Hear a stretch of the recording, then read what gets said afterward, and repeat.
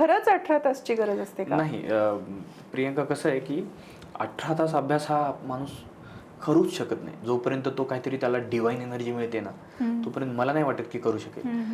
एखादा 2 दिवस एक्झामचा दिवस आहे, तो करू शकतो, पण रेग्युलर बेसिसवर कोणीच इंजिनिअरिंग करणार मध्ये आम्ही नाईट मारायचो तसं म्हणतो. पण तरी तुम्ही 18 तास केला नसेल याची मी गॅरंटी देतो. मी नाही केलाय. हा, इंजिनिअरिंग मध्ये जे आपण PL मध्ये करतो ना, येस. ते आम्ही रेग्युलर करतो. तर हे सांगायचं की आपला जो रेग्युलर शेड्यूल आहे, कारण आपला शेड्यूल हा महिनोन महिने वर्षानुवर्ष चालू असतो, तर तो शेड्यूल तुमचा असा असला पाहिजे की तुमचा दररोज कमीत कमी 6 तास तरी अभ्यास झाला पाहिजे. दररोज 6 तास अभ्यास म्हणजे खूपच मोठी गोष्ट आहे. आणि फोकस्ड. हा, कारण 6 तास तुम्ही 6 तास म्हणजे खूप प्रोडक्टिव्ह आहे. 6 तास वेळ जर तुम्हाला मिळत असेल किंवा 6 तास तुम्ही करत असाल म्हणजे खूप छान तुम्ही अचीव्ह केले असं तुम्ही स्वतःला समजून घ्या.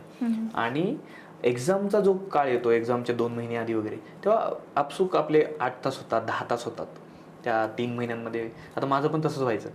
आणि एक्झामचे शेवटचे 10-15 दिवस आहेत, 1 महिना राहिलेला आहे, तर 12 तास व्हायचं. ते आपोआप आपण, कारण ते सिलेबसचं प्रेशर असतं, टार्गेट कम्प्लिशन असतं की माझे हे सब्जेक्ट संपले नाहीत, हा पोर्शन राहिला आहे, त्यानुसार आपले वाढत जातात. पण 6 तास जर करत असेल रेग्युलर कन्सिस्टंटली, तर दॅट इज अन अचिव्हमेंट.